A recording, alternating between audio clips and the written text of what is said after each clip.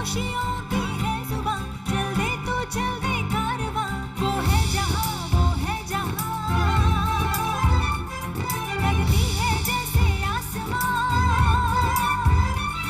वो है यही वो रोशनी, तेजस्विनी तेजस्विनी तेजस्विनी तेजस्विनी तेजस्विनी तेजस्विनी तेजस्विनी। नमस्कार, तेजस्विनी कार्यक्रम में आप सबका स्वागत है। मैं हूं ममता चोपड़ा। वक्त गुजरता रहता है और गुजरते वक्त के साथ बहुत कुछ बदल भी जाता है, लेकिन बहुत सारी ऐसी चीजें होती हैं जिन्हें हम अपने दिल की तहों में समेट कर सहेज कर इस तरह रखते हैं कि जब बदलते वक्त के साथ वो धूमिल होती हैं तो हमारे दिल में एक कसक सी पैदा कर जाती है। दादी नानी की कहानियां भी ऐसी ही एक चीज हैं जिन्हें हम अपने दिल में समेट कर तो रखते हैं, लेकिन वक्त के साथ ये कहीं ना कहीं हमारे हाथों से मानो छूटती जा रही हैं। लेकिन ये कहानियां कितनी महत्वपूर्ण हैं, क्योंकि ये तो हमें हमारी जड़ों से जोड़ती हैं। हमारे मूल्यों, संस्कृति, परंपराओं की झलक प्रतिबिंबित होती है इन्हीं कहानियों में, जो कह सकते हैं कि पीढ़ियों को पीढ़ियों से जोड़ती हैं। और आज की हमारी मेहमान कहानियों से ही जुड़ी हैं। आप कहानी कहने की परंपरा को जीवंत रखने के साथ साथ विश्व भर के कहानीकारों को या कथावाचकों को भी एकजुट करने का काम कर रही हैं। हमारे साथ है मशहूर कथावाचक, लेखिका और भारत देश के इकलौते अंतर्राष्ट्रीय कथावाचन महोत्सव की आयोजकों में से एक शगुना गहलोत। कहानियों की सतरंगी दुनिया, कहीं हंसी खुशी मस्ती की उमंग तो कहीं जीवन की कटु वास्तविकताओं से रूबरू कराती कहानियां। इन्हीं कहानियों की दुनिया को आज की व्यस्तताओं से जूझती जिंदगी में जगह देने की और इनके जरिए लोगों को जोड़ने की कोशिश में लगी है शगुना गहलोत। विदेश से पढ़ाई कर INTACH, UNESCO, British Council, medicine सॉ फ्रंटियर और बेल्जियम की एम्बेसी के साथ काम करते करते जब बच्चों के संपर्क में शगुना आई तो शुरू हुआ कहानियों का सिलसिला। लुप्त होती लोक कथाओं और कथावाचन की लोक शैलियों को सहेजने का ये प्रयास जा पहुंचा कथाकार तक, देश का इकलौता अंतर्राष्ट्रीय कथावाचन महोत्सव। कहानियों के साथ साथ शगुना ने साहित्य महोत्सव घुमक्कड़ नारायण की शुरुआत की, जो देश के छोटे छोटे शहरों और उन संस्थानों में बच्चों तक किताबें लेकर पहुंचता है जहां बच्चे इनसे वंचित रहते हैं। विभिन्न विषयों के अलावा शगुना महात्मा गांधी, पंडित दीनदयाल उपाध्याय जैसी प्रेरणादायक शख्सियतों की कहानियां भी जरूर सुनाती है। उन्होंने कहानियों की किताब की श्रृंखला भी शुरू की है, जिसके तहत पहली किताब हिमालय में बसे क्षेत्रों और देशों की कहानियां बयां करती है। शगुना का प्रयास है कि कथावाचन को स्कूल पाठ्यक्रम में भी स्थान मिले। वो टीचर्स को भी इस कला में ट्रेनिंग दे रही है। कोशिश यही है कि नाटक से अलग कथावाचन को एक अलग विधा के तौर पर पहचान मिले। भारत की समृद्ध लोक कथा की परंपराओं को पुनः जीवित करने वाली मशहूर कथावाचक और लेखिका शगुन गहलोत ही है हमारी आज की तेजस्विनी। तो आइए आज सुनते हैं शगुना की खुद की कहानी उनकी जुबानी। शगुना, बहुत बहुत स्वागत है आपका तेजस्विनी में। बहुत बहुत शुक्रिया आपका हमें बुलाने के लिए। शगुना, आप कहानी सुनाती हैं, लेकिन अगर हम आपके जीवनी पर एक नजर डालें तो पाते हैं कि आपने डबल MA किया, आप कॉमनवेल्थ स्कॉलर रही, आपने भारत में भी शिक्षा ग्रहण की, फिर विदेश में जाकर भी शिक्षा ग्रहण की, और जाहिर है कि इतनी पढ़ाई कोई कहानी सुनाने के लिए तो नहीं करता। तो ऐसे में ऐसा क्या हुआ कि जिसने आपको कहानियों की ओर मोड़ दिया? जी, ये बात तो सही है कि पढ़ाई मैंने काफ़ी आगे तक करी और करी भी गणित में, तो अच्छा। वो कहानी कहने से काफ़ी दूर पड़ता है।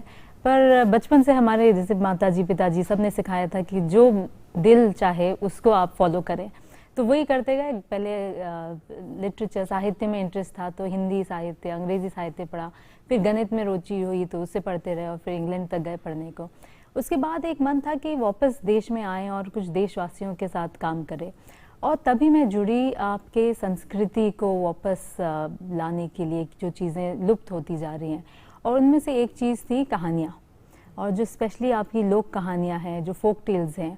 क्योंकि हम जब वर्कशॉप्स वगैरह करते थे बच्चों के साथ, और उनसे हम कभी भी पूछते थे कि आप अपनी कोई कहानी बताएं, अपने लोकल विलेज की, गांव की, तो वो आपको बताते थे सिंड्रेला की कहानी, रेड राइडिंग हुड की कहानी, पर अपनी लोकल कहानी उन्हें कुछ नहीं पता होती थी।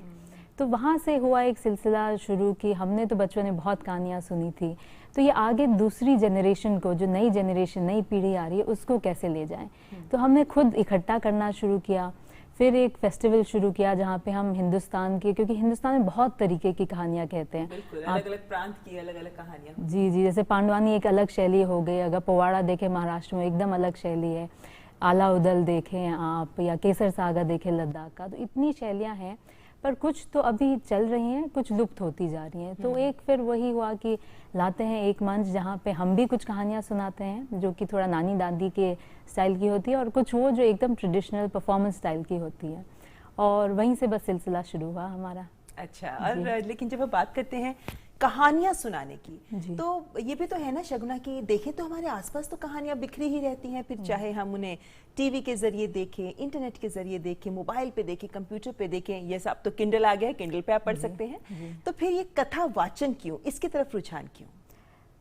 इसका रुझान इसलिए भी था क्योंकि हमारा बचपन में, अगर मैं if I go back to my बचपन में, तो हमारी नानी बहुत कहानियाँ सुनाती थी और मेरी माँ भी बहुत कहानियाँ सुनाती थी, और रात को जैसे होता है कि सुलाने के समय एक कहानी सुनाई जाती थी, और मैं और मेरी बहन तीनों हम एक साथ ही सोते थे। तो एक बीच वाली जो हमारी बहन थी प्रार्थना, उन्हें कहानियों का बड़ा शौक था। तो अब माँ बेचारी थकी हारी आती थी सोने को और वो बोले कहानी सुनाओ। तो एक फेवरेट कहानी उनकी होती थी कि आले बाले चुनु मुनु। तो एक ये गायें थी, उनके 4 बछड़े थे, तो उनको कैसे सुरक्षित एक कमरे में छोड़ के जाती थी जब वो चारा चरने, और बोल के जाती थी कि जब तक मैं वापस ना आऊँ और मैं ना बोलूँ कि आले टटिया ना खोलो, बाले टटिया ना खोलो, तब तक आप दरवाज़ा नहीं खोलेंगे। तो एक कहानी थी, तो माँ हमेशा सुनाती थी और ये रोज़ बोलती थी कि वही कहानी सुनाए। अब माँ थकी हारी बेचारी सो जाती थी। अब सो गई तो उन्हें जहाँ छोड़ा कि अभी सियार आएगा, और जब वो उनको बोला अरे कहानी सुनाओ, तब तक सियार खा के जा चुका होता था। तो हमें कहानी पूरी पता होती थी, पर उन्हें बोला जाता था कि नहीं आप बीच में भूल गई, ये भी आता है। तो सिलसिला तो वहीं से शुरू था कि बचपन से एक रुचि थी। अगर नाश्ते का बोल रखता था एक गोल्डीलॉक्स एंड द 3 बेयर्स की कहानी है पॉरेज की, तो मैं अपनी बहनों को परेशान करती थी कि मैं पॉरेज तभी खाऊंगी जब आप वो कहानी सुनाएंगे। तो वो बहुत रुचि, बहुत इंटरेस्ट रहा उसमें। और जब बड़े हुए हम, हमारा नेफ्यू हुआ, हमारा भतीजा हुआ, तो उनको मैंने कहानी सुनाना शुरू किया, और तब वो कहानी को कैसे सुनाना है, कितना इंटरेस्टिंग बनाना है, उसमें क्या जोड़ना है, क्या नहीं जोड़ना है, उससे एक तरीके से मेरा बोलने का, जो मैं बाहर जाके स्कूल में या म्यूजियम्स में या कहीं बोलना शुरू किया, वो तकरीबन 2004 से ही शुरू हुआ है। अच्छा, तो यहाँ से आप कह सकते हैं कि कहानियों का सिलसिला जो शुरू बचपन से हुआ था, वो फिर आगे बढ़ता चला गया। लेकिन आपने अब ये अंतर्राष्ट्रीय फिल्म महोत्सव भी शुरू कर दिया है, और इस महोत्सव में तो दुनिया भर के लोग आते हैं। तो ये अंतर्राष्ट्रीय जो कथा वाचन का एक सिलसिला शुरू हुआ है, इसके क्या अनुभव रहते हैं? ये हम मानते हैं ना कि मानवीय संवेदनाएं तो पूरे विश्व में एक ही होती हैं, कहानियों में भी वही झलकता है। तो क्या कुछ खास महसूस होता है इस मंच पर? इस मंच का हमें बहुत ज़रूरी था। जैसे मैंने अभी कहा कि हिंदुस्तान में तो बहुत तरीके की कथा वाचन कहने के तरीके हैं। जो विदेश में अगर आप देखें तो वहाँ पे उन्होंने थोड़ा सा कंटेम्प्रेराइज कर दिया है, उनके पहले तरीके अलग थे। क्योंकि कथावाचन ऐसा है कि पूरे दुनिया में मिला जाता है, चाहे आप अफ्रीका जाएं, चाहे सेंट्रल एशिया जाएं, सबका अपना तरीका होता था कहने का। यूरोप और अमेरिका में उन्होंने शुरू किया कि एक इंसान आके पूरी कहानी कहता है, तो एक आसान तरीका भी है, पूरा ग्रुप नहीं बनाना होता। और उन्होंने जिस तरह से अब नए जनरेशन के साथ रिलेट करते हैं, तो वहाँ पे एकदम रिसर्जेंस आया तकरीबन 80s के समय पे। और हिंदुस्तान में अभी वो कंटेम्परराइजेशन नहीं हुआ है, जो कि एक तरीके से अच्छी भी बात है और कई बार बुरी भी होती है, क्योंकि नया जनरेशन फ़ोन पे देखता है, जैसे आप कह रहे थे, या टीवी पे देखता है, तो उनका एक अंडरस्टैंडिंग ऑफ कहानी सुनना अलग है। तो अंतर्राष्ट्रीय इसीलिए था कि हिंदुस्तान के कथावाचक भी देखें कि बाहर क्या हो रहा है, और बाहर वालों के लिए भी बहुत ज़रूरी था कि हिंदुस्तान का जो इतना बढ़िया कथावाचन का तरीके हैं वो भी देखें। और एक समृद्ध संस्कृति है हमारे कथावाचन की, उससे वो रूबरू हो सकते हैं। लेकिन ये बताइए हमें शगुना कि जब हम बात करते हैं कहानियों की, तो भाई हर उम्र के लोगों को कहानी बहुत पसंद होती है। हमें तो आज भी कॉमिक्स पढ़नी मेरे को तो बहुत पसंद है। लेकिन जब आप कहानी कहती हैं तो आपको ये कोई फर्क महसूस होता है? बच्चे, बड़े, बूढ़े, सबकी क्या प्रतिक्रियाएं, कैसे वो एंजॉय करते हैं कहानी? हाँ, थोड़ा सा फ़र्क करना पड़ता है बच्चों और बड़ों के लिए। जैसे बड़ों के लिए आप एक लंबी कॉम्प्लिकेटेड कहानी बता सकते हैं कि वो तकरीबन 1 घंटे तक एक कहानी आप चला सकते हैं। बच्चों के लिए थोड़ा अटेंशन स्पैन का रहता है, तो आप 15 मिनट, आधे घंटे में कहानी ख़त्म करते हैं। और बच्चों को बहुत पसंद आता है अगर बीच में थोड़ी आवाज़ें आप निकाल दें। तो अगर बर्तन गिरा या ठकठकाना है दरवाजे का, तो अगर उसके आप आवाज़ निकाल दें तो बच्चे एकदम सुनते हैं, या शेर आया तो आपने आवाज़ निकाल दी शेर की, और बड़े लोग एकदम चुपचाप पूरी कहानी लग के सुन सकते हैं। तो थोड़ा सा आपको ऑडियंस देखकर अपनी कहानी बतानी पड़ती है। पर कई बार आप कहानी कहते हैं तो आपको लगता है बच्चे सुनेंगे, पर आप देखते हैं कि ऑडियंस में बड़े लोग बच्चों को छोड़ देते हैं और खुद ऐसे बैठ के कहानी सुनते रहते हैं कि अंत में क्या हुआ। बिल्कुल। और आपने लेकिन एक साहित्य से भी जुड़ी हुई हैं, आप लेखिका भी हैं खुद आपकी, उसकी बात भी करेंगे, लेकिन घुमक्कड़ नारायण नाम से आपने एक ट्रैवलिंग लिटरेचर फेस्टिवल भी शुरू किया है जो दुनिया में घूमता है अलग अलग जगह पर। ये घुमक्कड़ नारायण जो नाम है, बड़ा रोचक नाम है ये, इसके पीछे भी कोई कहानी है? जी, कहानी तो है। एक्चुअली थोड़ा सैड से लेके हैप्पी भी हो सकती है। हमारे पिताजी नहीं रहे थे 2009 में, और हमारे को जो किताब पढ़ने का शौक़ था वो उन्हीं ने जागृत किया था। तो वो थे NIVH करके एक ब्रेल इंस्टीट्यूट है, तो वहाँ पे ट्रांसलेशन सारे एडिटर थे, तो उनने सारे ब्लाइंड के लिए ट्रांसलेट करी थी किताबें। उससे पहले वो पढ़ नहीं सकते थे खुद, तो उनको ट्रांसलेट किया रामायण महाभारत को। तो वो हमारे लिए भी किताबें लेकर आते थे। तो तब तकरीबन आती थी एक चंदा मामा होती थी कहानी किताब, नंदन और चंपक होती थी, और वो महीने में एक बार आती थी। तो महीने के जो पहले या जिस भी दिन आती थी वो लाते थे, और हम तीनों बहनें इंतजार करती थी कब किताब आएगी। वैसे ये आपकी ये जो आप बात कह रही है ये हर घर की कहानी होती थी शायद, और जब ये महीने के पहले दिन आती थी तो सब लपकते थे, और जिसके हाथ में आती थी वो छुपा भी लेता था। वो मिलती नहीं थी। तो थैंकफुली 3 किताबें थी और हम 3 बहनें थे। तो मुझे मिलती थी चंपक, मेरी बीच वाली बहन को मिलती थी चंदा मामा, और सबसे बड़ी वाली पढ़ती थी नंदन। और मैं थोड़ी छोटी थी, तो जब मैं इनिशियली पढ़ना शुरू करती थी तो उसमें चंपक में बहुत सारे चित्र होते थे। तो जैसे आप कॉमिक का कह रही थी, तो मैं चित्र देख के कहानी समझ लेती थी। और वो जब चंपक मैंने कुछ साल बाद पढ़ी तो मुझे लगा ये कहानियाँ तो बहुत अलग थी। अच्छा। पर सिलसिला वहाँ से शुरू हुआ कि पिताजी ने पूरा, आप कभी भी किताब के लिए बोले पैसे चाहिए तो कभी मना नहीं करते थे। 2009 में जब वो नहीं रहे तो हमें ऑफकोर्स जैसे सबको ही महसूस होता है कि अब इनको याद कैसे रखा जाए। तो हमें यही था कि हमें तो उन्हें कहानियाँ सुनाते थे और किताबें दिलाते थे, तो क्यों ना यही हम आगे जाके बच्चों के लिए भी करें। तो नारायण, उनका पूरा नाम था ठाकुर विश्व नारायण सिंह, तो नारायण उनका बीच का नाम था। और नारायण आप देखें माइथोलॉजी में तो नारायण ऐसे हैं जो हर जगह घूमते रहते हैं जी। और घुमक्कड़ का मतलब ये है कि घूमने वाले। तो घुमक्कड़ नारायण एक ऐसे व्यक्ति हैं जो कि आप हो सकती हैं, मैं हो सकती हूँ, जो घूम घूम के सब तरफ जाते हैं और कहानियाँ फैलाते हैं। तो बस घुमक्कड़ नारायण वहीं से निकला। वहीं से निकला। तो ये कथाकार और घुमक्कड़ नारायण में क्या फर्क लेकर चलते हैं? तो घुमक्कड़ नारायण है हम जो कहते हैं साहित्य पे है। तो आप किताब लेकर, उसमें किताब से लेकर आप कहानियाँ कहते हैं या पढ़ते हैं या वर्कशॉप करेंगे या इलस्ट्रेशन करते हैं। जो कथाकार है उसमें आप किताब बिल्कुल नहीं छूते हैं। आप बिना किताब लिए, आप चाहे शेक्सपियर की स्टोरी करें पर बिना किताब के आप वो पूरा परफॉर्मेंस जैसा करते हैं। तो वो थोड़ा सा स्लाइट डिफरेंस है दोनों में। जब आप कहानियों की बात करते हैं तो जाहिर है कि जिंदगी की वास्तविकताएं कहानियों से बहुत दूर होती हैं, कटु होती है वास्तविकताएं जिंदगी की, और कहानियां आपको एक अलग ही दुनिया में ले जाती हैं। क्या आपको लगता है, कभी महसूस हुआ शगुना, जब आप इतने बच्चों के बीच में कहानियां कहती हैं, इतने लोगों के बीच में कहानियां कहती हैं, कि आज के दौर में भी महत्वपूर्ण है ये कहानियां कहना, ना केवल मात्र सुनना या देखना अलग अलग माध्यमों के जरिए, बल्कि आज के बदलते दौर में आपका क्या एहसास होता है कि क्यों महत्वपूर्ण है ये कहानियां सुनाना? हम ज़्यादातर जो कहते हैं वो लोक कथाएँ कहते हैं, और कई बार लोग बोलते हैं कि ये लोक कथाएँ आज के ज़िंदगी में क्यों सिग्निफिकेंस रखती हैं, अब तो ये पुरानी हो गई। पर लोक कथाएँ ऐसी बनी थी कि उनका आज भी सिग्निफिकेंस आप देख सकते हैं। तो अगर, और बहुत रिसर्च भी हुआ है इन सब पे, तो जैसे जहाँ पे कहा जाता है कि भेड़िया बछड़े को उठा के ले गया, या जैसे मैं अभी वो कहानी बोल रही थी कि वो गाय बोल के जाती है कि सियार आ जाएगा तो आप अंदर रहिएगा, उसमें एक मैसेज है कि जहाँ आप कह रहे हैं अपने बच्चों को कि आप थोड़ा सा सेफ रहें, बहुत सारे सियार, बहुत सारे भेड़िए हैं दुनिया में जो आपको पकड़ने आ सकते हैं। तो वो एक जानवर के माध्यम से एक मैसेज छोड़ जाते हैं। और लोक कथाएं ऐसी बताई जाती थी कि उसमें कभी बोला नहीं गया कि मॉरल ये है। आजकल जैसे आप किताबों में देखेंगे मॉरल स्टोरीज आ जाती है तो उसमें बता देते हैं ये मॉरल है, पर उसमें वो कहानी इतने मज़ेदार तरीके से बोल जाते थे कि उसमें आप 4-5 उसमें से आप लेसन ले सकते थे। और तो वो भी बातों बातों में, खेल खेल में एक तरीके से वो लेसन कन्वे हो जाता था। वैसे अपने दर्शकों को ये जरूर बता दें कि ब्रेक के लिए हम यहाँ रुकने वाले हैं, लेकिन ब्रेक के बाद जब हम वापस लौटेंगे तो सबसे पहले शगुना से सुनेंगे एक कहानी। आप बने रहें हमारे साथ, देखते रहें तेजस्विनी।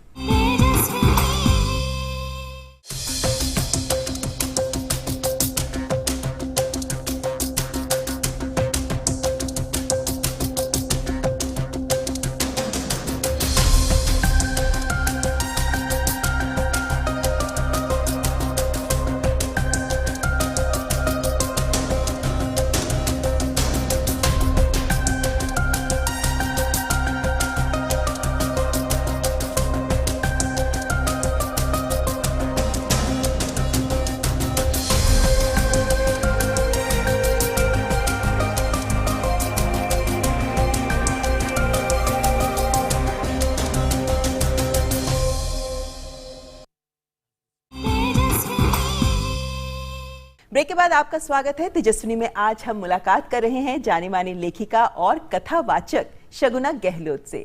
शगुना, आपके कथा वाचन की बहुत तारीफ होती है कि आप कहानी बांधती हैं, जब कहानी सुनाती हैं आप तो समा बांध देती हैं। तो आज हमारे दर्शकों के लिए आप क्या खास कहानी लेकर आई हैं? क्योंकि आपने कहा था मैसेज होता है नहीं होता है उस कहानी में, तो एक कहानी मेरी बहुत ही दिल के करीब है और मैं अक्सर सुनाती हूँ। मैंने जब रिसर्च किया था तो ये आया था कि इंग्लैंड की एक कहानी है, फोक टेल है। पर जैसे फोक टेल्स हैं वो ट्रैवल करती हैं और पहले आप जैसे देखिए सिल्क रूट में वो कहानियाँ कहीं की कहीं पहुँच गई। तो ये हो सकता है कोई कहेगा आपको कि ये तो हिंदुस्तान की कहानी है, पर मैं अभी इंट्रोड्यूस करूँगी इसे एक इंग्लैंड की फोक टेल जैसे। तो इंग्लैंड की फोक टेल्स में जैक करके एक कैरेक्टर होता है जो कि बहुत जगह यूज़ होता है। और जैक होता है तकरीबन 12 से 14 साल का, और कभी वो बहुत ही बेवकूफ़ होता है, अल्हड़ होता है, और कभी बहुत ही चालाक होता है।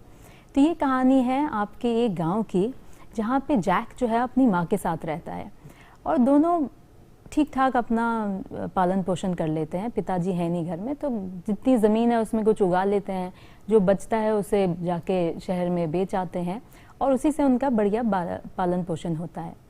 अब एक दिन की बात है, उनकी माँ कुछ सामान निकाल रही थी और गिर गई, तो उनकी जो पीठ में थी बहुत दर्द हुआ। और शुक्रवार का दिन था जिस दिन वो हाट लगता था।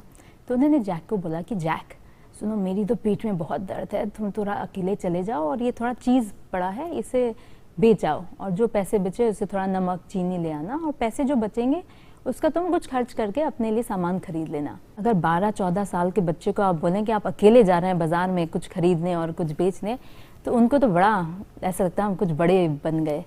तो वो अंदर से तो बड़े खुश, पर ऊपर से माँ को दिखाना नहीं चाह रहे थे कि अगली बार भी बोल देंगे कि तुम ही जाओ। तो उन्हें थोड़ा आनाकानी की कि नहीं, इतना बढ़िया मौसम है, धूप निकली है, आज तो मैं यहीं पेड़ के नीचे सोऊंगा। तो माँ ने कहा नहीं नहीं, अभी तुम जाओ क्योंकि चीज़ तो ख़राब हो जाएगी, आप ले जाएं। तो उन्हें दूसरी बार भी सोचा कि मना करूं, फिर उन्होंने कहा कहीं ऐसा ना। माँ बोले ठीक है रुक जाओ। तो उन्हें अच्छा आप कह रहे हो तो मैं जाता हूँ। तो जल्दी जल्दी कमरे में गए, बक्सा खोला, भाई अच्छे से तैयार होके जाना है। तो उन्हें जितने कपड़े थे सब बक्से से निकाले और एक जैकेट मिला, तो जैकेट अपना पहन लिया। फिर देखा ये तो अच्छा है, थोड़ा सा पैबंद था पर माँ ने बड़े अच्छे से उसे सुंदर बना दिया था।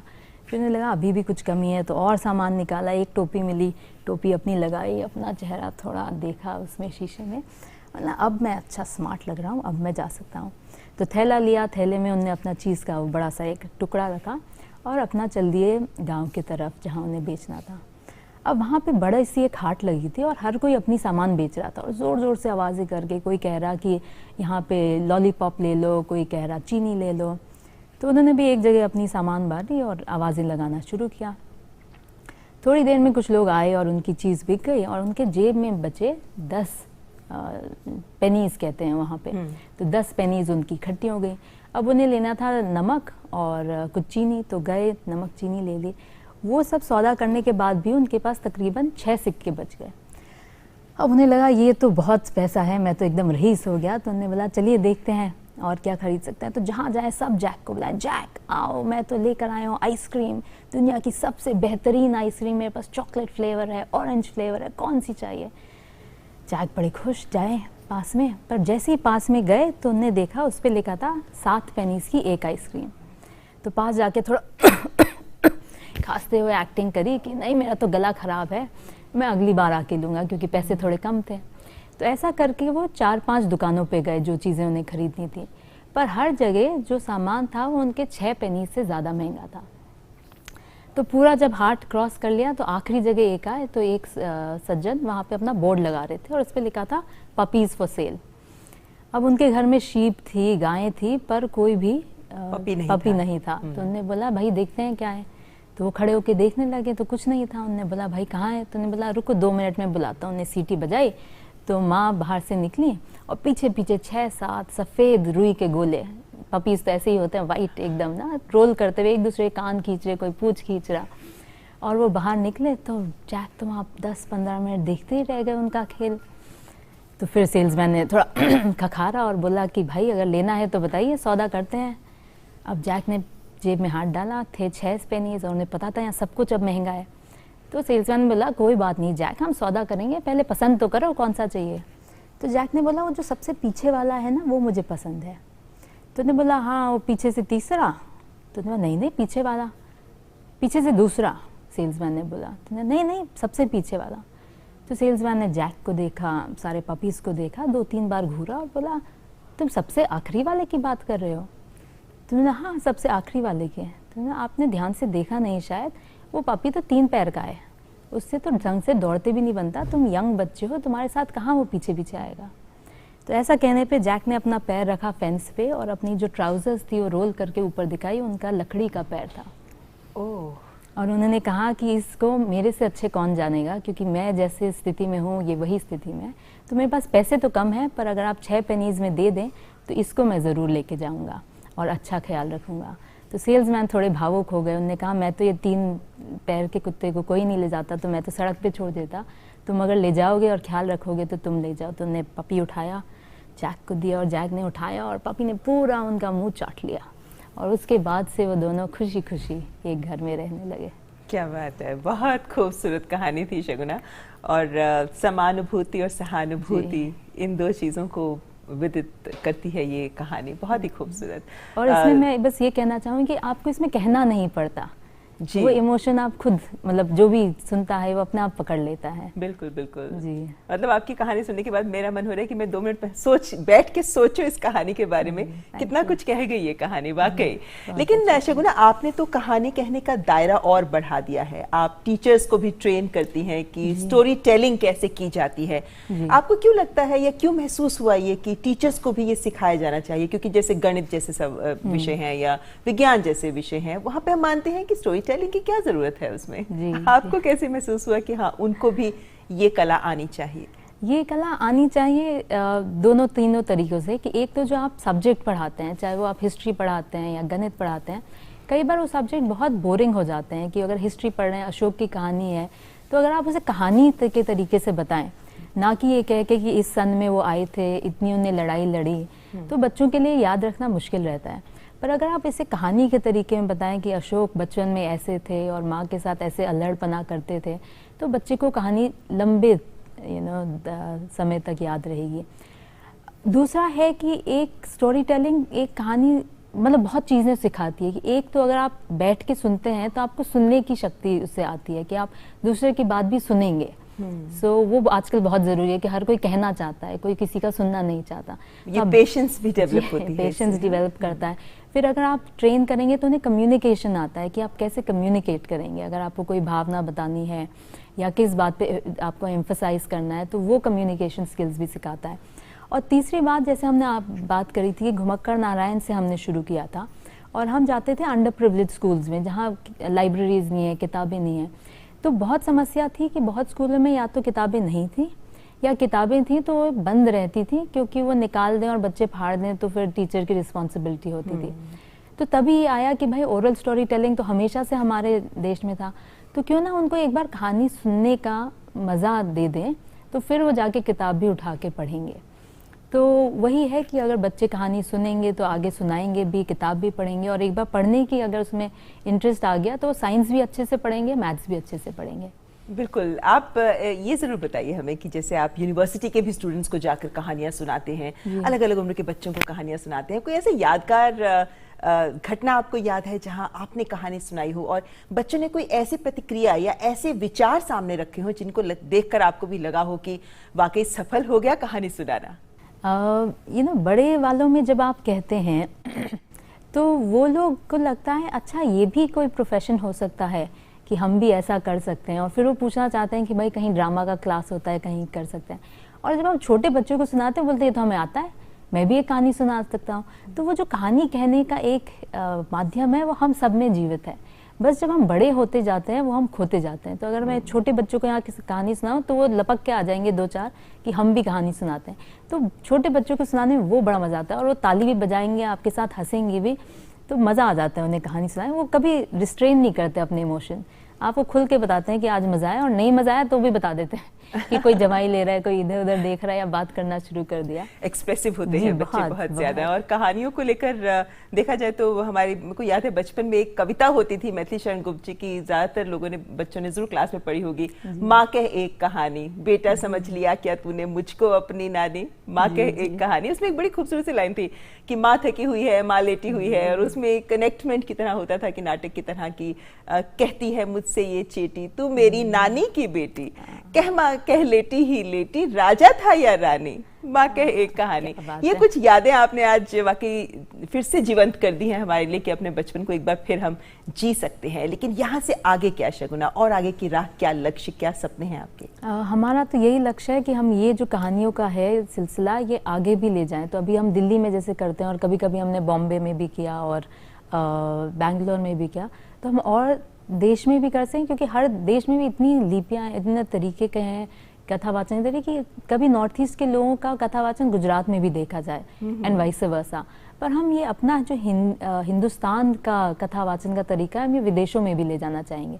जैसे हम यहाँ लाते हैं विदेश से लोग, तो हम चाहेंगे कि ये बाहर के लोग भी हमारा देखें कथावाचन, तो वो बहुत जरूरी है ये भी। बिल्कुल, आप एक लेखिका भी तो हैं, तो आपने जो किताब लिखी क्यूरियस टेल्स फ्रॉम हिमालयाज, तो आपने हिमालय की तलहटी में बसे जो देश हैं, अलग अलग देशों की कहानियों को आपने इस किताब में डाला है। तो कैसे ढूंढी ये कहानियाँ?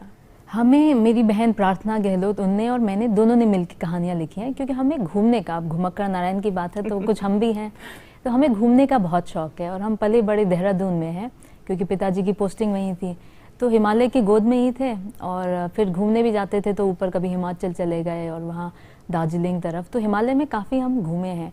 तो हमें कहानियाँ सुनने की शौक़ भी था, तो हम कहानियाँ सुनते थे, और एक तरीके से समझ लीजिए कि हम कलेक्ट भी करने लगे उन्हें। और जैसे कि मैंने कहा कि जब हम बाद में वर्कशॉप करने लगे और बच्चों से पूछते थे तो उन्हें कहानियाँ नहीं पता थी, तो तब हमें लगा कि अब टाइम आ गया है, समय आ गया है कि ये कहानियाँ अब हम कहीं छपा के आगे भी लोगों को पढ़ने को दें।